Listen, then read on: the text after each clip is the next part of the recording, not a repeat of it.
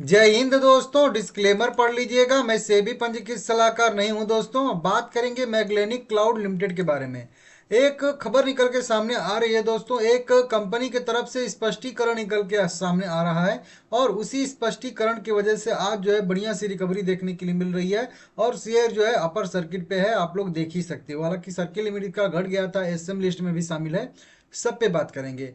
आज अगर बात करेंगे तो 29 रुपये 50 पैसे पे शेयर ट्रेड कर रहा है। 5% की अच्छी खासी बढ़त देखने के लिए मिल रही है और शेयर सुबह से ही, क्योंकि ये स्पष्टीकरण रात का ही है, तो सुबह से ही शेयर बिल्कुल अपर बैंड पे अपने जो है ट्रेड करता हुआ दिख रहा है। अभी भी बात करेंगे तो लगभग 30 लाख, जी हाँ 30 लाख इक्विटी शेयर अभी भी अपर सर्किट पे लगा हुआ है। सेलर साइड में कोई भी सेल करने वाला यहाँ पे नहीं है और अच्छी खासी क्वांटिटी टोटल देखेंगे तो यहाँ पे 84 लाख के आसपास बाय साइड लगी हुई है, जो कि आप लोग यहाँ पे देख सकते हो, वेरीफाई कर सकते हो, ठीक है ना। और आप अपने भी ब्रोकर के ऐप पे देख सकते हो या जो भी टर्मिनल आप यूज करते हो। देखिए सर्किल लिमिट इसका घट के 5% हो गया है। आज इसमें अच्छा खासा वॉल्यूम ट्रेड होता हुआ दिख रहा है 25 लाख के आसपास। एसएम लिस्ट में आप लोगों को बताया ही था कि एसएम की लिस्ट में कंपनी पहले शॉर्ट टर्म की लिस्ट में शामिल हुई थी 26 नवंबर को। 28 नवंबर को इस लिस्ट से बाहर इसको निकाल के फिर से जो है इसको लॉन्ग टर्म के एसएम के स्टेज 1 में डाल दिया गया 28 नवंबर 2025 से। तो अभी ये इस लिस्ट में तो रहेगा बहुत ज़्यादा, क्योंकि ज़्यादा गिरावट आई थी। अब उसी गिरावट पे जो ये गिरावट ऊपर की साइड से अचानक से इसमें जो है पैनिक के सेलिंग आई थी और नीचे की साइड में आप लोग देखोगे तो वॉल्यूम भी यहाँ पे बहुत ज़्यादा था और इस वॉल्यूम को मैं आप लोगों को दिखाया भी था कि यहाँ पे कहाँ गया, यहाँ पे लार्ज डील डाटा में देखेंगे आप लोग, बल्क डील डाटा में। तो देखिए 4 दिसंबर को भी यहाँ पे कई सारी लार्ज डील हुई हैं। 2 दिसंबर को लार्ज डील हुई हैं, उसके बाद 1 दिसंबर को लार्ज डील हुई हैं, नवंबर में कई बार लार्ज डील हुई थी। तो ऑपरेटिंग एक्टिविटी इसमें देखने के लिए थोड़ा सा मिली थी। इसी की वजह से इसको जो है मतलब एसएम लिस्ट में भी डाला गया है और इसका सर्किल लिमिट भी चेंज किया गया है कि नंबर ऑफ कम पेन पे जो है ज़्यादा अगर इक्विटी से ट्रेड होते हैं तो वो जो है थोड़ा सा दिक्कत क्रिएट करता है और उसी को ऑपरेटिंग एक्टिविटी कहते हैं, ठीक है ना। और इसी वजह से ये एसएम की लिस्ट में भी गया है। इसी पे कंपनी का आया है एक स्पष्टीकरण कह लीजिए, ठीक है ना। कम्युनिकेशन एक तरीके से अपने शेयर होल्डर को एक मतलब कह लीजिए कि भाई स्पष्टीकरण ही इसको कह लेंगे। कंपनी ने एक विश्वास दिलाया है कि क्या हम कर रहे हैं, क्या आगे करने वाले हैं, ये गिरावट के पीछे का क्या कारण है, ये जो है यहाँ पे कंपनी बता रही है। कंपनी कह रही है कि तिमाही कैपिटल मार्केट में मुश्किल और उथल पुथल भरी रही है। ये जो है तिमाही बताया जा रहा है। मैं इस बात से इनकार नहीं कर रहा हूँ, इसका असर मैग्लेनिक क्लाउड पर भी पड़ेगा। लेकिन पिछले 2 हफ्ते से इनके स्टॉक में 64% की गिरावट आई है। इससे सवाल, चिंताएं और अंदाजा उठाना आम बात है कि मतलब फिर भी कंपनी भावना के बावजूद आज हम अपने अतीत के किसी भी समय से ज़्यादा मजबूत हैं। मतलब कंपनी कह रही है कि 2 वीक में हमारे शेयर ज़्यादा गिरे हैं। मार्केट में उतार चढ़ाव है ये हम मानते हैं, लेकिन 2 वीक में ज़्यादा गिरावट होना ये थोड़ा सा आम बात तो नहीं है, तो चिंताएं तो बढ़ेंगी ही बढ़ेंगी इन्वेस्टर का।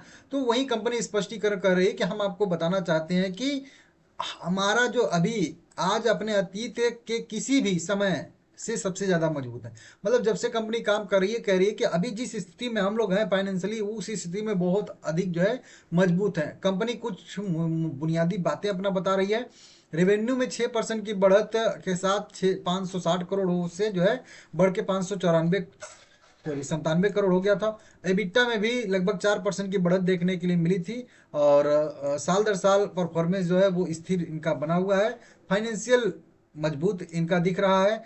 रेलवे से ई निगरानी के लिए इनको लगभग 140+ करोड़ का जो है यहाँ पे ऑर्डर पाइपलाइन हासिल किया है। ड्रोन डिवीजन के लिए भी फाइनेंशियल ईयर में हर तिमाही में ऑर्डर मतलब पूरे किए हैं कंपनी ने। CMMI सर्टिफिकेट हासिल किया है कंपनी ने। ऑपरेशनल मेच्योरिटी और प्रोसेस एक्सीलेंस को भी वैलिडेट किया है। इस तरीके से प्रमुख टेक्नोलॉजी कंपनियों के साथ रणनीतिक साझेदारी भी कंपनी ने बनाई है। तो ये कुछ अच्छे काम कंपनी ने किए हैं जो कि यहाँ पे बताया गया।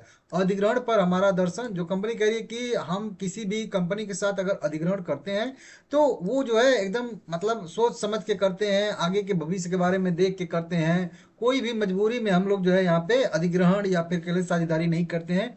अच्छा सा हम लोग जो है सब कुछ देख ताक के आगे के भविष्य जो है अगले 1-2 साल के इससे कैसे बढ़ाया जाए, इस तरीके से मतलब प्रोडक्ट या कोई भी कह लीजिए चीज़ देख ताक के ये लोग करते हैं। तो कोई जल्दबाजी में कोई भी डिसीजन यहाँ पे कंपनी नहीं लेती है, ठीक है ना। तो इस तरीके से यहाँ पे अगर फंडामेंटल मजबूत हुए तो और ग्रोथ पाइपलाइन कई गुना बढ़ी तो स्टॉक चार्ट कुछ और क्यों बता रहा है, ये सबसे बड़ा क्वेश्चन है कि कह रहे हैं कि जब हमारा सब कुछ बेहतर है तो फिर जो है चार्ट जो है नीचे क्यों गिरा है, मतलब शेयर में गिरावट आई है, तो क्या गलत हुआ उस पर ये जो है निगाह डाल रहे हैं कि इसमें क्या गलत हुआ है।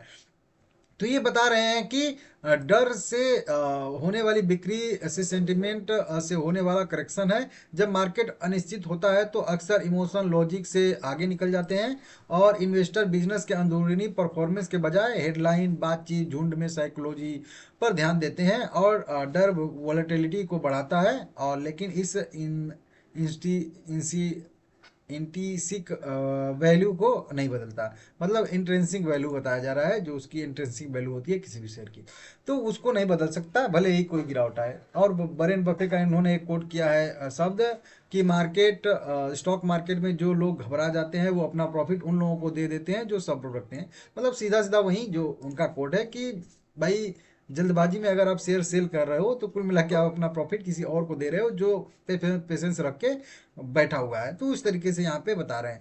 इनका सीधा सीधा मानना है कि इस गिरावट के पीछे की साइकोलॉजिकल ये गिरावट है। लोग मतलब पैनिक में सेलिंग करना शुरू कर दिए, उनका देखते कुछ और लोग सेलिंग करना शुरू कर दिए, तो ये जो है इस तरीके से और कुछ हेडलाइन इस तरीके से बातचीत भी मतलब देखते हैं आप लोग इस तरीके से, उसका असर थोड़ा सा देखने के लिए मिल रहा है। अफवाहों पर एक शब्द कंपनी यहाँ पे कह रही है कि किसी भी अफवाहों पे मतलब ध्यान न दिया जाए। जो कंपनी का परफॉर्मेंस है, नेट प्रॉफिट या जो भी कह लीजिए बैलेंस शीट है, उसको देख के जो है आप डिसीजन लेंगे तो फिर अच्छा मतलब सब कुछ हो सकता है यहाँ पे, ठीक है ना।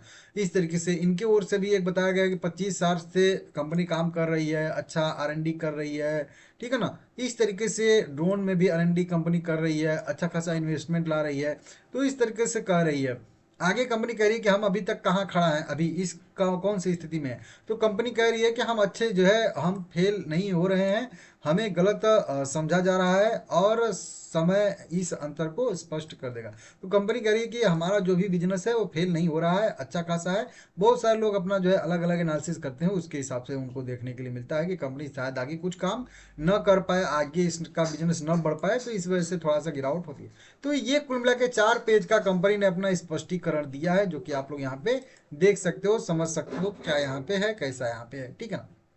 इस तरीके से तो मतलब देख सकते हो, और इसी वजह से शेयर में रिकवरी आई है। तो मतलब कुल मिला के इस स्पष्टीकरण पे मार्केट रिएक्ट कर रहा है, पॉजिटिव रिएक्ट कर रहा है।